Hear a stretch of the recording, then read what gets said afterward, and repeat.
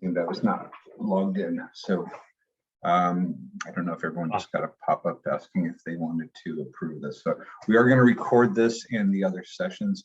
So it's mostly Linux. Is that what I just heard while I was not focused? So Yeah. and do we have interest in people seeing either Windows or Mac OS installs today?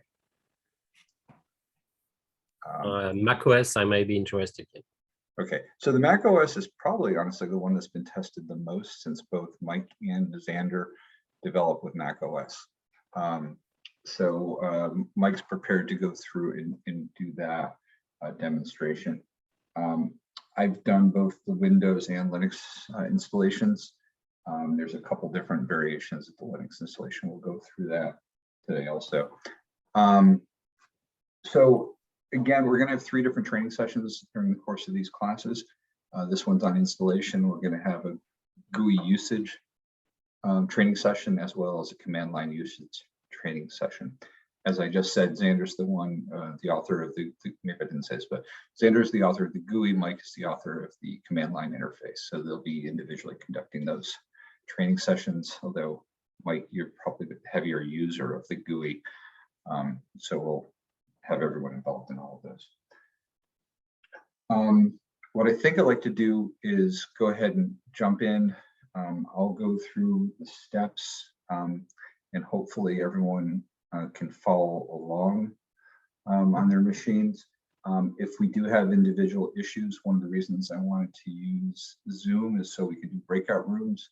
So if people have an issue, permissions, whatnot, we can grab Mike, grab Xander, and send you to a separate breakout room, and you guys can work on that separately. So I don't know if we're going to need that or not. There's also advantage to everyone seeing what the problem is and learning. So, well, you know, if people have issues, we'll address them as they come up, and then decide about the breakout rooms. The first thing I want to do, I did send a note to Jean-Marie, and he distributed this to a site at ISTE where I put the artifact file. This morning, I'm going to go ahead and put that right in the chat in Zoom. In this folder, I also put 2 PDFs this morning. One is install instructions for Linux, the other is install instructions for Windows. So if you want to go ahead and download those, or the ones appropriate for you, that could be useful for following along during this session. And honestly, I'm going to be working from these also. So I'm going ahead and grabbing the Linux one. We'll start out there. So the first question, does everybody have a copy of the artifacts from the latest location? I think the initial artifact email that went out was a bundle from GitHub, but it wasn't the actual artifact for easy installation. Does anyone need to grab this now from either the ISTE.com or the GitHub.com location, or does everybody already have the source code package? I'll take silence as being everybody has a copy of it already. Feel free to, and this is a small group, we can all chat. We don't necessarily need to be unmuted through all of this. So I'm going to go ahead and share my screen.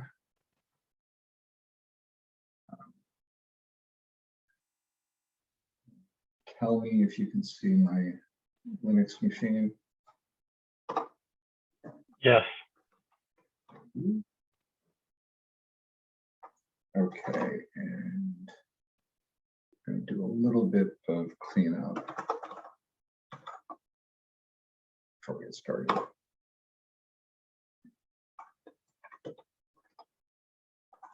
Okay, so if we look at the instructions just for all these installations, we do need a minimum version of Python of 3.6.5. For me, the Python that I have, oops, that's not what I meant, is it? 3.6.8. And now I personally like working with Python virtual environments, and I don't know if everyone is familiar with virtual environments under Python, but it allows you to install software in Python that is guaranteed not to conflict with other Python usage on your machine. So I'm going to go ahead and get that installed. So I'll do the Python 3 virtual environment, and I'm going to put it in a folder called VNV in this local folder.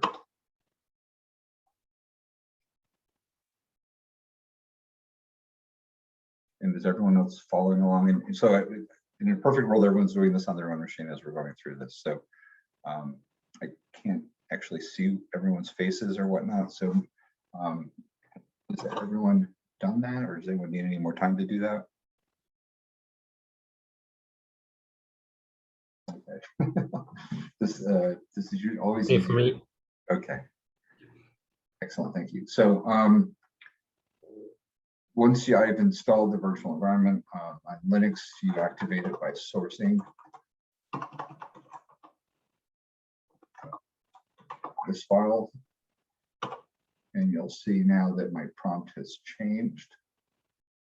And if I do a which Python 3, you'll see I'm actually now working in this downloads directory as the source of my Python 3. And I believe likewise my Python without the 3 is now been defined to be this Python 3 also. So now I can just get away with typing Python. I'm going to do the install using pip. Does anyone not have pip installed?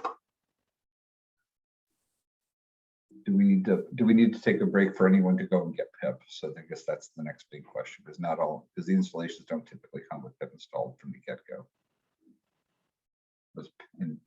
Pip is the Python package installer. It might be called pip3 depending on how you're using it. If you need it in the instructions, everyone, I believe, just downloaded in the PDF, there is a website to go on the top of the second page, which tells you how to install pip. But assuming everybody has that, I'm going to go ahead and do the next step, which is just making sure my various tools are up to date.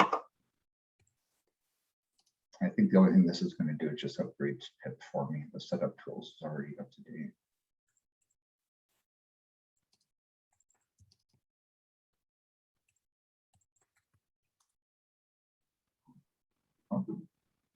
Did update that. Okay, very good.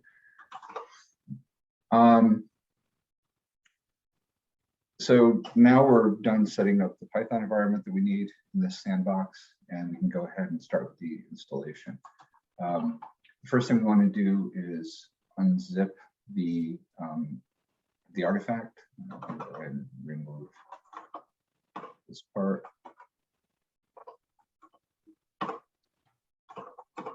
So now I have this tar.gz, and in a perfect world, this will install easily just using this command line.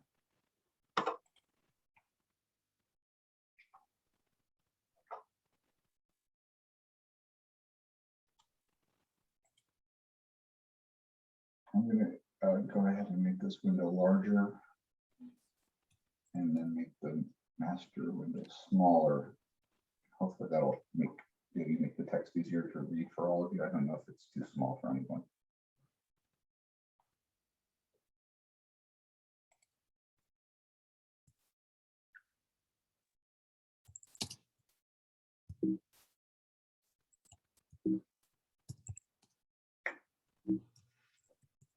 So as this finishes, I'm going to just pause and make sure everybody has gotten to this point. If we get some verification, or if anyone isn't, this would actually be probably the first point we'd have a breakout, and we'll see if anyone has any issues. If Python's not set up correctly, this is a common failure point.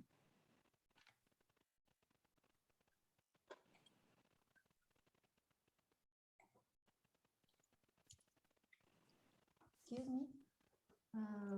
Where do we find the YASMINE artifact?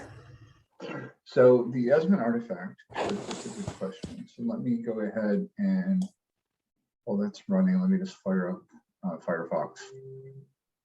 And the easiest way is actually go to the same URL.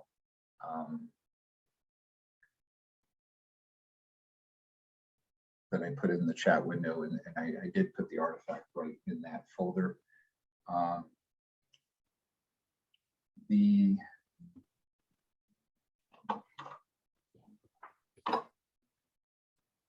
artifacts are in general available from two different places. So the artifact is right here. The zip file. Sorry about that. I wasn't clear about that. Okay. This won't be the normal place to distribute that. I just put it here for the training course. We did all our development. ISTE runs a GitLab server here in New York, and we did all our development there. And when we were iterating with Jean-Marie and the rest of Recif, we were working out of our GitLab and giving people access to GitLab. The software's now been delivered. It's being maintained at GitHub, github.com, under Iris's GitHub account. But I believe you actually need not only GitHub account, but access to their project to download the artifact right now. Jean-Marie or Mike, do you know if that's true or not, or can anybody grab that artifact? I think anybody can do it as long as you have a GitHub account, I would guess. Do you want me to show you where it is right now? Or do you want to do it later? We can do that too. So I have that link here also. So right now the GitHub Iris repo is still private. Okay. Waiting for Iris final approval of that everything is fine for them. Okay, so this is where ultimately you should be able to get the files from. So it is the normal github.com. It's an iris.edu or iris-edu's area, and they have all their software here, both the stuff they're using internally and keeping private, as well as the stuff they're releasing. So ultimately, they're going to release this. Where you get the artifacts from is, first of all, you want to come to Actions tab, which is where I already am, and then and Xander's the one who set up this the CI/CD, the continuous integration, continuous development setup. And each one of these is a workflow. When code's checked in, it's automatically compiled and tested. And so in general, you want to go to the most recent one. So this was, I guess 16 days ago, this was from Xander. I don't know if you want to speak to this, Xander. But in general, you can go ahead and click on the most recent workflow that passed successfully. You just scroll down. You don't obviously want to download the artifact from a failure. From one to test, but go ahead and go to the most recent success. And then from here, you can scroll down and there's the artifact right there. And in this case, I can right click on it and go ahead and, I said not what I expected. Just click on it. Okay. Sorry, I'm not usually working with Linux. So that was interaction. So anyway, so at this point, I can just go ahead and save the file locally. I'll get another copy of it in that downloads folder. Probably more detail than you wanted, but that's ultimately, this is where we're going to go to get the artifacts.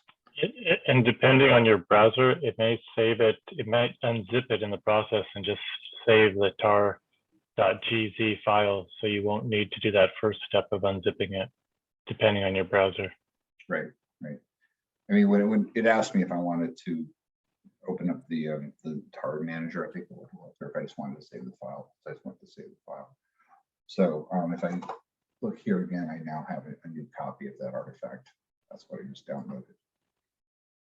Okay, so the YASMINE install completed successfully, which is always a good thing. So now we get into a slightly different issue that's particular to Linux, and that's permissions.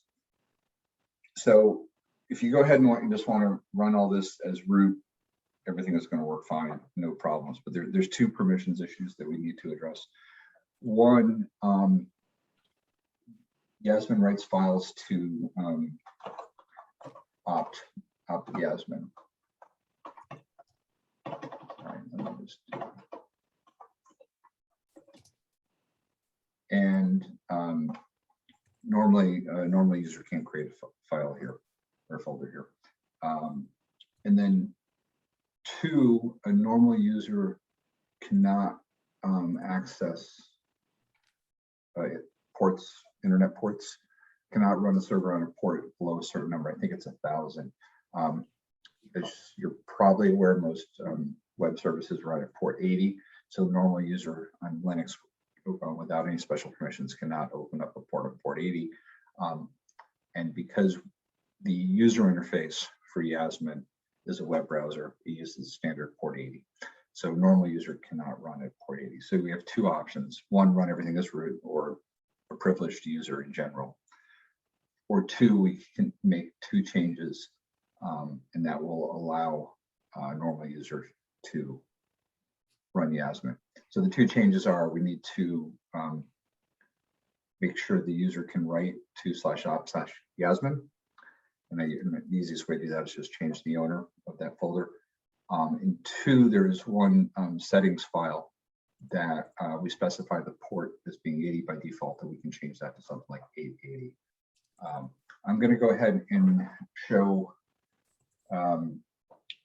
both versions where we just run everything as root with a sudo command, and then we can also then run it as a normal user. I'll show both cases.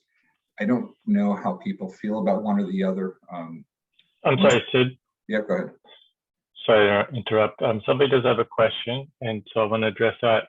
But before that, could you just type which Yasmin app.py just to show where it installed to? Yasmin app.py. Okay, so we show where that last install, where it installed to.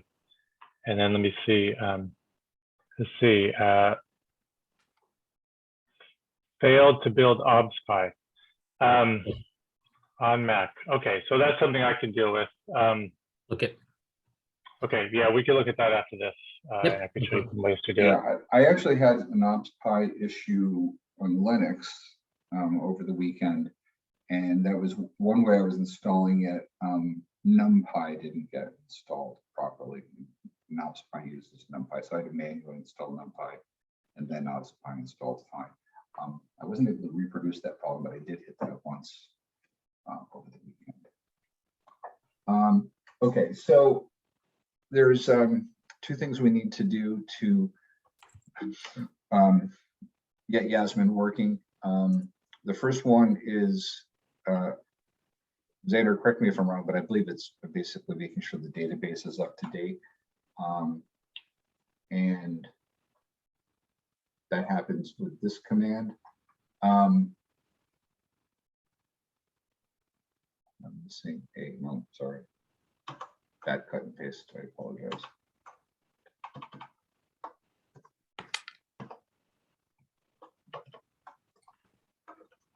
I think that will also create that directory if it doesn't exist. It'll create opt-Yasmin and create the database and all the logs and stuff. Correct. This is also a stage that creates the opt-Yasmin folder and everything inside of it. One thing I do here is I'm specifying the full path to, or the local path to the Python that installed using virtual environment. Every time you have sudo, it creates a new user shell. So you need to make sure that you're pointing to the actual executable that you want, not just the generic Python.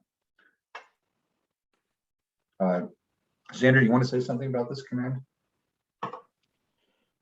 So basically, this command creates the database for Yasmin, because a lot of stuff are stored in the database on your local machine. And since the Yasmin is developed from continuously, I mean that the database can be changed, the structure of the databases can be changed, or some extra data can be added there. So whenever you install the newer version of the Yasmin GUI, you have to run this command, which will guarantee that you have the up-to-date database on your local environment. So this action should be run only once when you install the new version of the YASMINE. And then you just need to run or stop YASMINE and use it as a normal program. So this is one-time action after new version of YASMINE you get, I would say. Yeah. Thank you.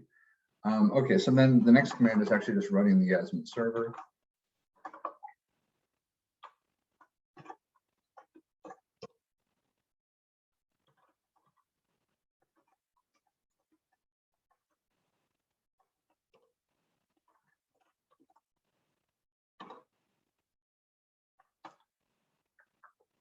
Sorry about that.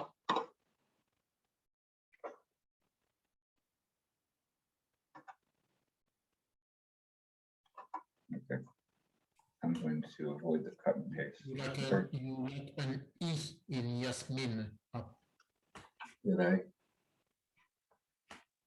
Oh, yeah. Thank you.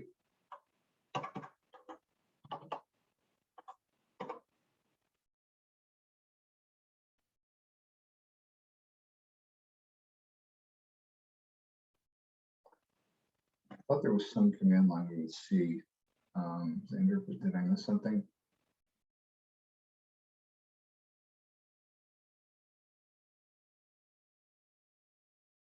I want to close that tab. Open a new one. It starts to log in the messages that once you run the YASMINE first time, YASMINE will try to synchronize the NRL library and the arrow library. So it will go to the NRL server, download the NRL library, and all the same way it will go to the RECIF repository to download arrow library. So you might wait for a couple seconds until everything will be downloaded and unpacked on your local machine, and it will be available on your GUI. And yes, I guess this is ready to be used. And this library synchronizations happens from time to time. So you don't need to restart YASMINE to synchronize the newer version of arrow or NRL. So there are different time schedule for arrow. For arrow, it tries to fetch the newer version every 10 minutes, but this is, I guess, the temporary solution until the arrow is stabilized. And I guess for an NRL, it fetches it every 12 hours. So it's not like attacking the server. So it's every 12 hours, it will try to fetch the new library. If it's available, it will download and zip, and it will be available for you on the GUI. Excellent, thank you. So this is the YASMINE GUI. Some of you probably used it or you've seen demonstrations of it. Obviously not the point of today's demo, but very quickly you can create a quick test.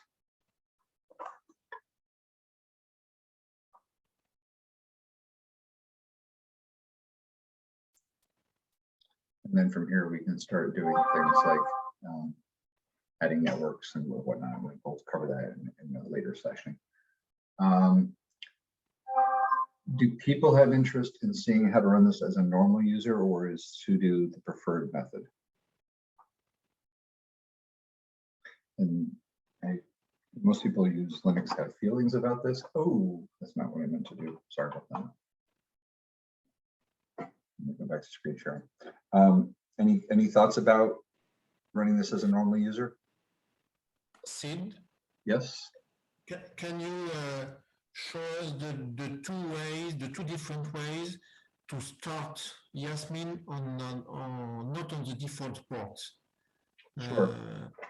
With the command line option and with modifying the files. I apologize. My Control C is stopping my current screen sharing. And I keep forgetting that.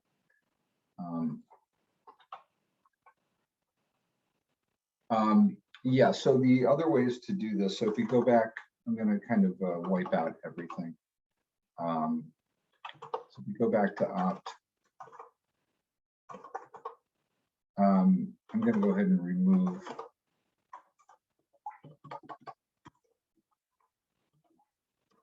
Yasmin.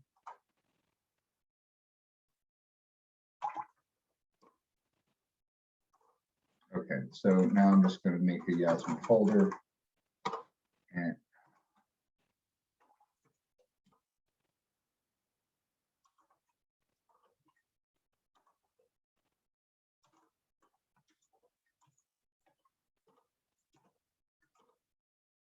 so now I own this folder.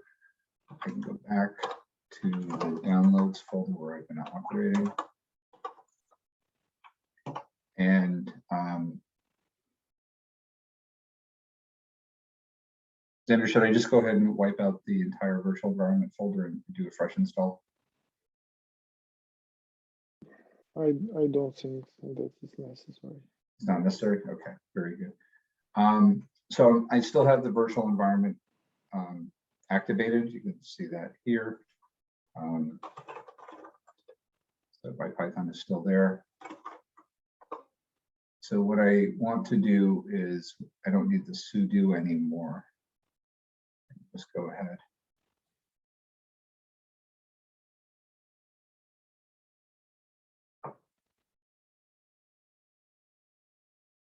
And if I didn't change the permission on opt Yasmin, this would have failed already.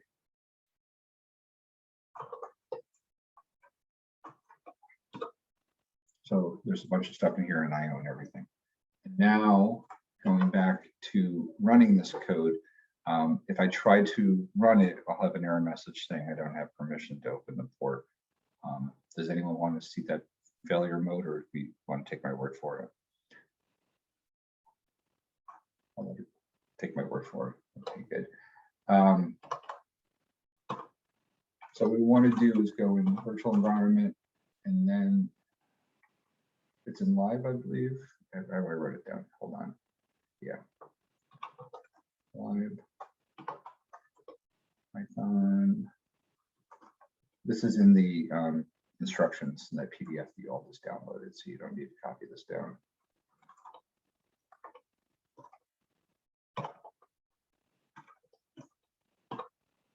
And you notice why I most recently edited this file. So we can change port 80 to port 880. And now if I go ahead and do the Python, I'll just go back up. Sorry, so Xander just posted a solution that you can change the port from the command line, so you don't have to go into settings. And just to be clear, it just has to be a port above 1024, right? It just has to be, the number has to be larger than 1024 to. So I don't have the chat window accessible to me when I'm doing this. So what is the, how would I launch this? Xander or Mike? I think you just do a space. First of all, you don't need all the paths, right? Because you should just be able to find the. You should have your path set up. You don't have to put absolute paths, I don't think. Or just, and then just do dash port equals. One or two dashes? Two dashes. Lower Lower or uppercase? Lower. And then maybe just a space and then 8080. Either one should work. Yep. Huh. Yeah, for Linux, the path wasn't set up quite properly. The Python, when you launch directly the Yasmin app.py, you don't need a Python. Yep, there you go. And invalid choice. Well, because you're trying to run the server, I think you don't have the full command. Right after Yasmin app.py, you have to type run server.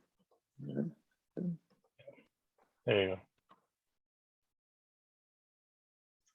So now Okay. we can go to localhost. Now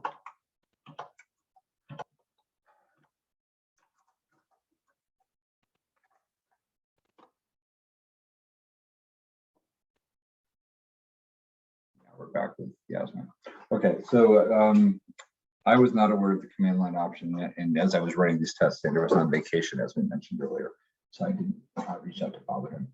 So much easier than editing that settings file. So this brings up the question, is there anyone here using Linux who has not been able to get to this point?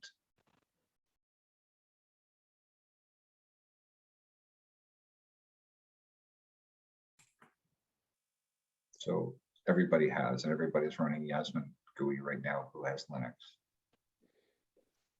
Okay. So again, because we're not going to show the usage of this at this point, I'm going to stop my screen sharing.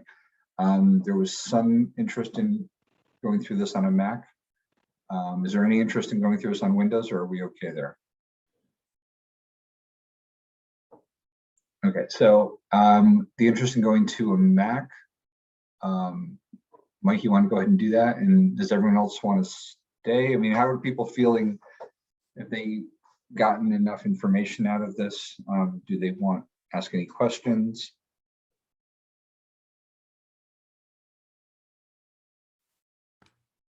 Is there still interest in going through the Mac? I know Jerome got his issue resolved as we were. I don't know if I'm the only one on the way. So. Mike, you want to just go ahead? I think from the point of view of You want me just to show you?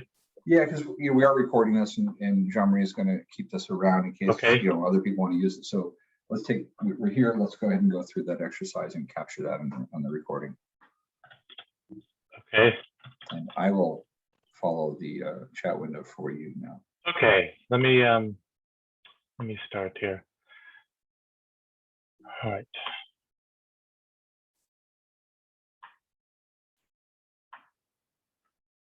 Okay, am I sharing a terminal window?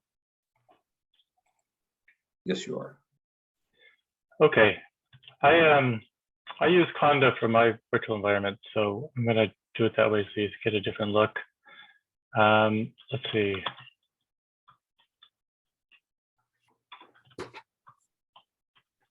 And so with Conda, I typically will specify the Python version because Conda does a slimmer installation.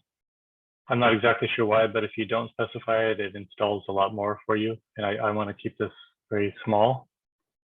So I'll do that.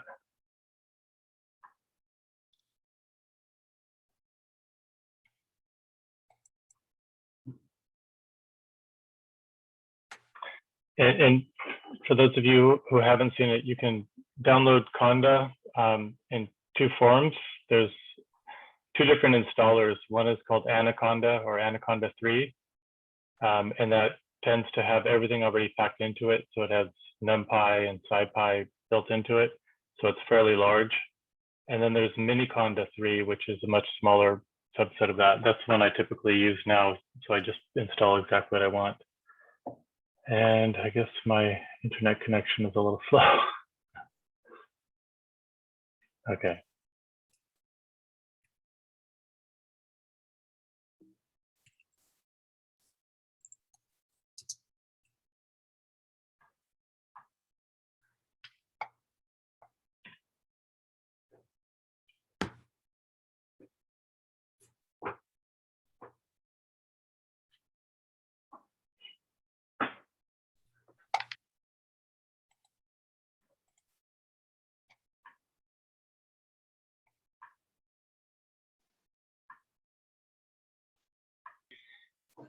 And in addition to the two videos we distributed for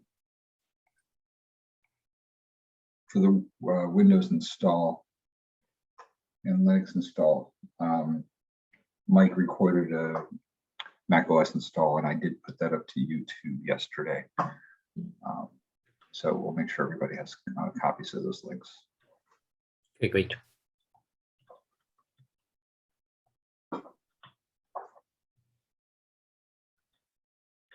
Sometimes I just like to take a look at what it has installed so far, to see what my environment looks like. Okay, let's see. So we've already got the artifact, so I'll just go straight from there. Activated it.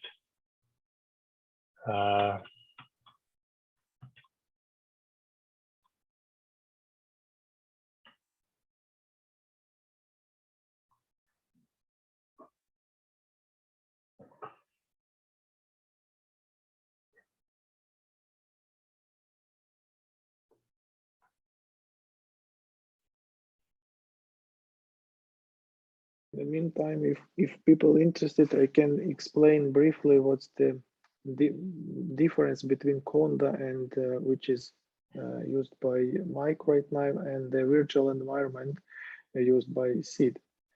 So the main difference is that when you how to decide when you want to use Conda or just virtual environment.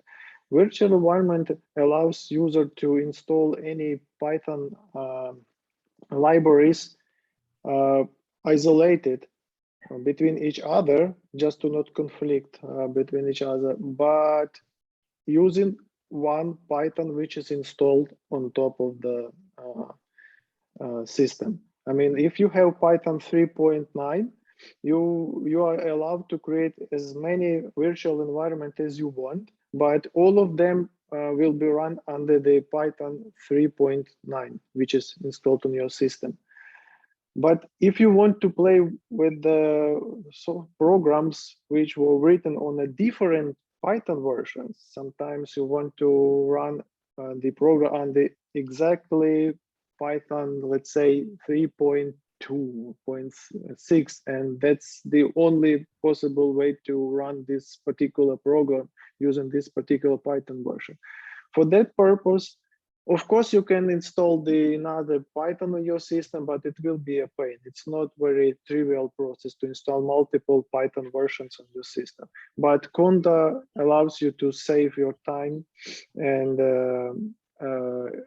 install as many Python versions as you want. So you just need to install Conda once, and just as Mike mentioned, tell Conda that I'm going to work with the Python environments, but with the version 3.9.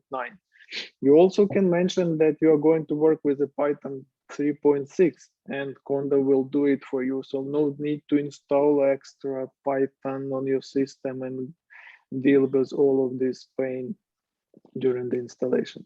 So if using the Python, your current Python version is okay with you, so you just use the virtual environment. It should work.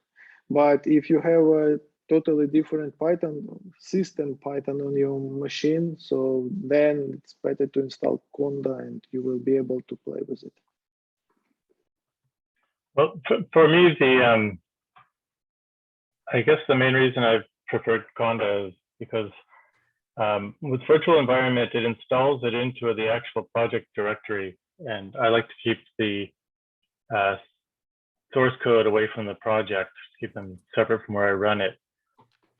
So if I do, you could see you can create different Conda environments with different versions of Python, different package versions, and you can use them anywhere. You can just switch between them for whichever project you're on.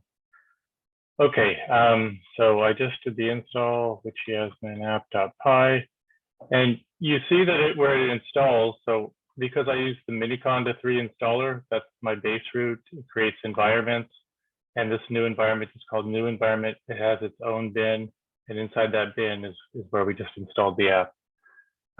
So now if I do sudo YASMINE app, well, let me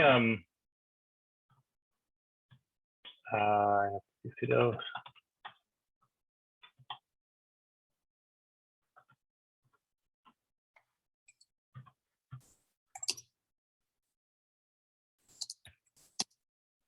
A little while. So this will slow things down a little bit because it'll have to re-grab the NRL and array.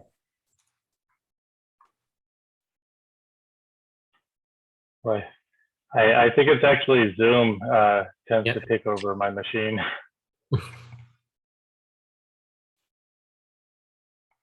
Okay, so then I can do sudo YASMINE.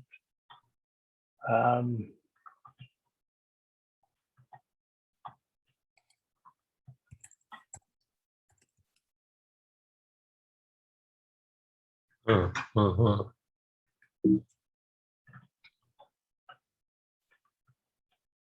You can see it created the required directories.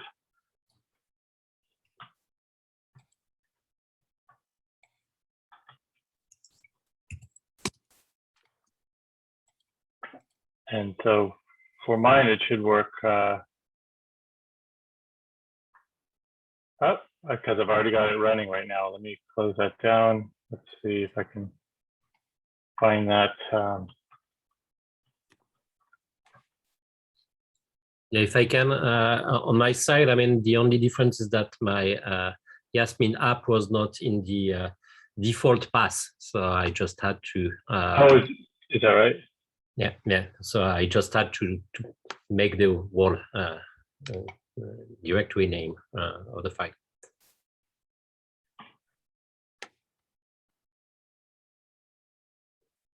Yeah. So once you switch to, if you're in Conda and you switch to the environment, it should fix all your paths for you. So it's only looking in that environment. That's actually how Conda works. It's just changing your environment Yeah. to get to the right Python.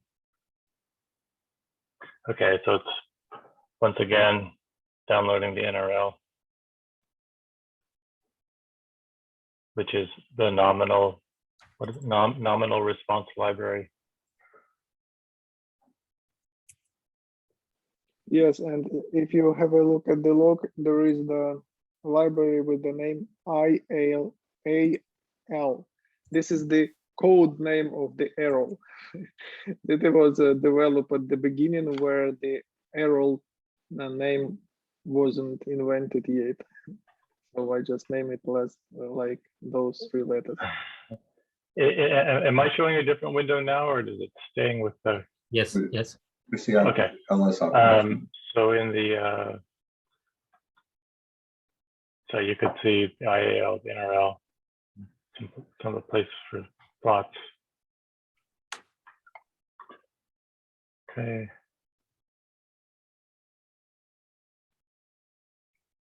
I think it's actually up and running.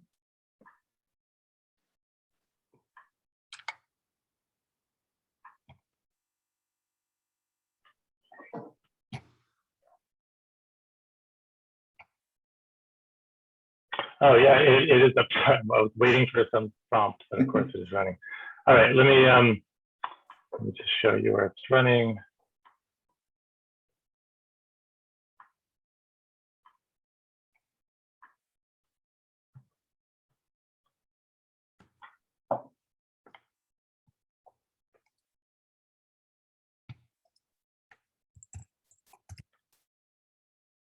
And I'll just accept the update.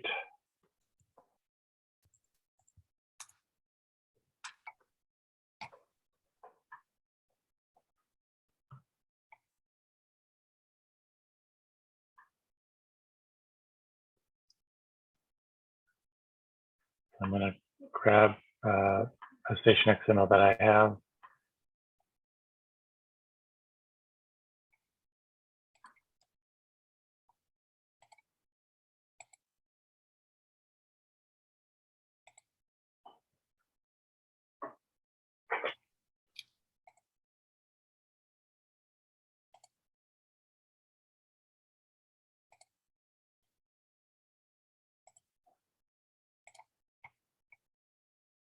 I forgot that Zoom really consumes a lot of resources. The use works pretty well.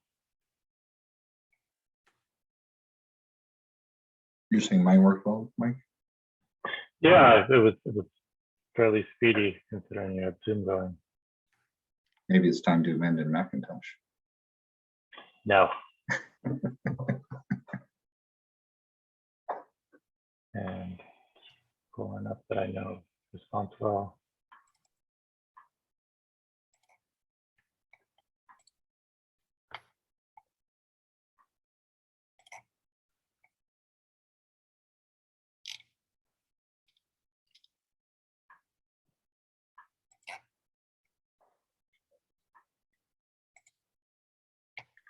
you're getting dangerously into the training for the next class.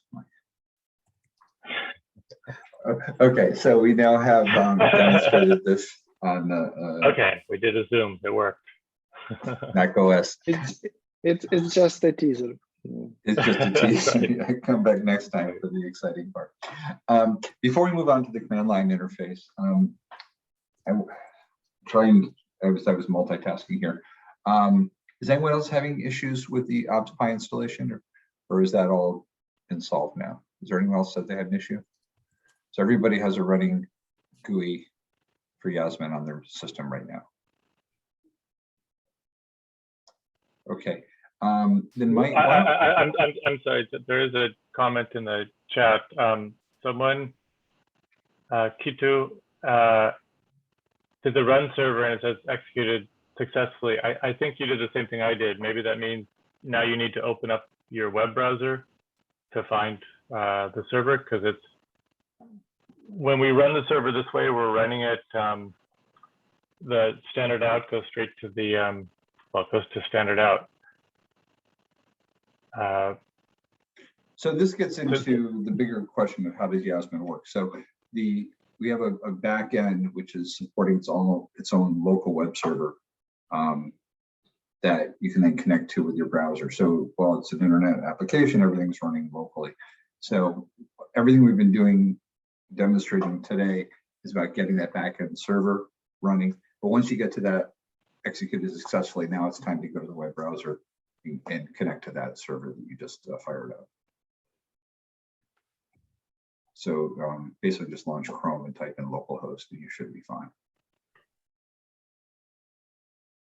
Do you want to screen share so if with us and you take a look? Kito, I don't know how to pronounce your name. I'm sorry. Thierry, tu veux partager ton écran pour nous montrer l'erreur que tu as? Okay, looks like they've got it sorted out now. Okay, excellent. Mike, since you're doing so well, would you like to go ahead and continue the demonstration of the installation of the command line interface? It's good now. Okay, thank you. Excellent. Okay, I think, are you asking me to do the command line? Yes, please. Okay. Let me minimize this. Okay. And you're going to need a screen share here. Okay, I'm going to kill the server. And I'm still in that same conda environment. I'll just work from here. So just to show that I'm not cheating. So I can see YASMINE down here. The GUI has been installed in the version. And the easiest way to install the command line is just to use pip. Hopefully will work. And so it should be relatively fast because the GUI is already installed NumPy and OBSPy packages. So it is. So we'll do a pip list. And now you can see the command line down here below it. And just give it a test.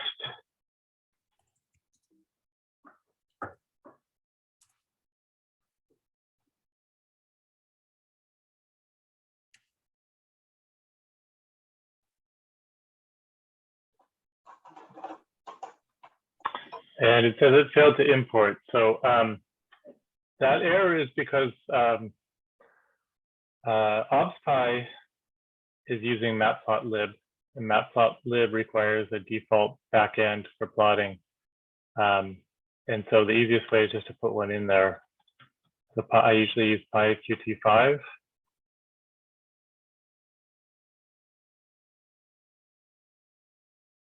So I didn't want to hard code that in to force you, because maybe you have a different preference.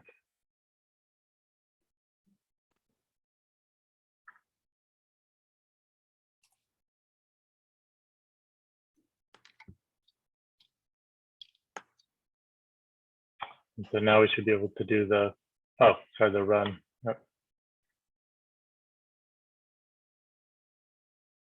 and it's just going to show you the usage.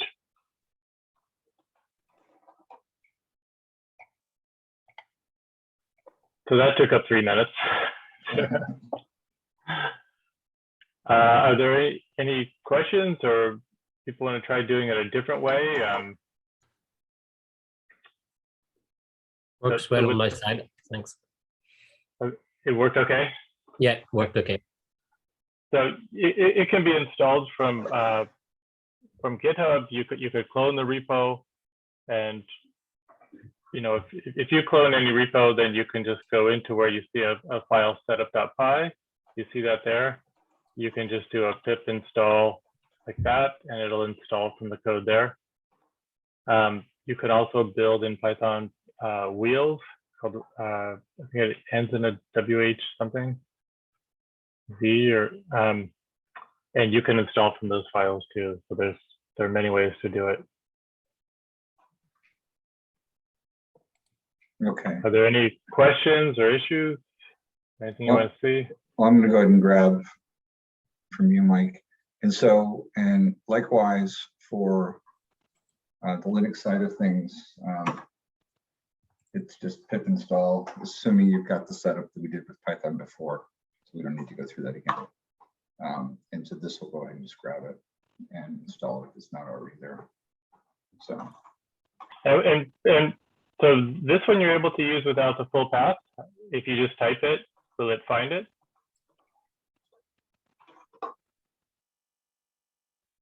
I need to give it a minus help, didn't I?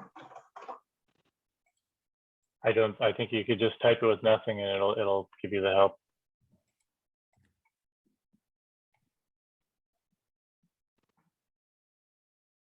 Okay. So Linux is just as straightforward as Right. And similar for Windows again. Okay. Has everyone been able to go through this effort on their machines with the pip install YASMINE-CLI?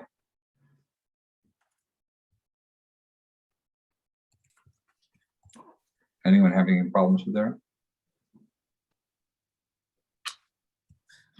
I think that the YASMINE CLI installation was supposed to be also addressed in the YASMINE CLI training. Yeah, we can, I mean, you can, it's easy, we can. So yeah. So I think we'll quickly make, when we go into the actual usage training of both tools, obviously the first thing we need to do is make sure everybody has it running. Sure. I think if you can send an email out to people before a day or two before the training, verifying, but we will verify that before we proceed with the training. If people don't have these tools running, the training is still interesting and useful, but not quite as useful. So, okay, so we just hit the hour mark. I've covered everything I wanted to cover here. Mike or Xander, is there anything else you wanted to cover today? Nothing from my side. Nothing I can think of, but if anybody has issues or questions, I'm happy to stay around. Yeah, we blocked out another half an hour for this. So if anyone has any questions or comments, or feel free. Otherwise, wait, Doris has a question. I really need to stop my sharing so I can see these chats. Okay, she has a question about how to check, I think, on the YASMINE CLI. And I think if you just type it, I know it's a little bit slow to start up, at least the first time, because matplotlib has to do some checking the first time. But if you just type it, even with no arguments, it'll give you the usage like it's showing there. So it'll always show you something. And if you have a station XML file around, just giving it with the -p command, Mike, just goes through and prints out a summary of all the epochs contained in the file. So that's a quick and dirty check to make sure you can pull apart a station XML. Let me do that quickly, Yeah, since we have time. Sure. Back over to you. Okay, it's a -p. I think Let's it's see. -p. But the big thing is that you have to tell it where to look. And if I remember, you can have more than one file here. So where do I have these things? Let's think for a minute. All right.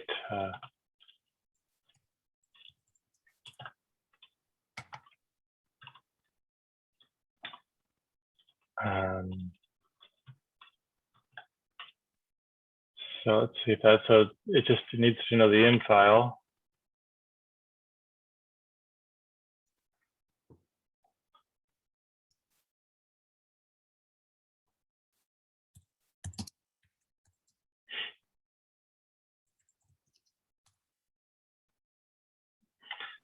And unfortunately, it's a large file, so it's a little bit slow, but so what it's done is it's gone through each of the station epochs. And for each of those, it's showing you all the channel epochs it has and showing you what the number is, because you need that if you want to use the command line to target to get down into each individual epoch. Normally, you probably don't use this that much, but if you want to have a lot of control over it, you can use the epoch number to get into it. We'll get into that when we do the training on this tool. Okay. But this at least verifies that the installation works, and it's just a quick way to peer into the station XML file.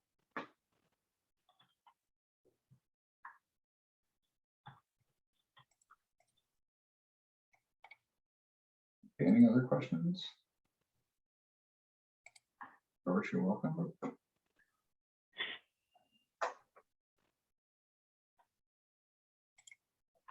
Okay, Jean-Marie, I think we're all wrapped up here then.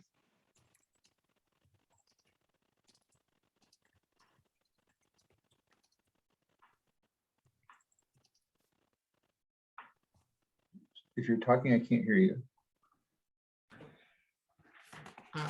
I said thanks for the training. It seems it works for everyone now.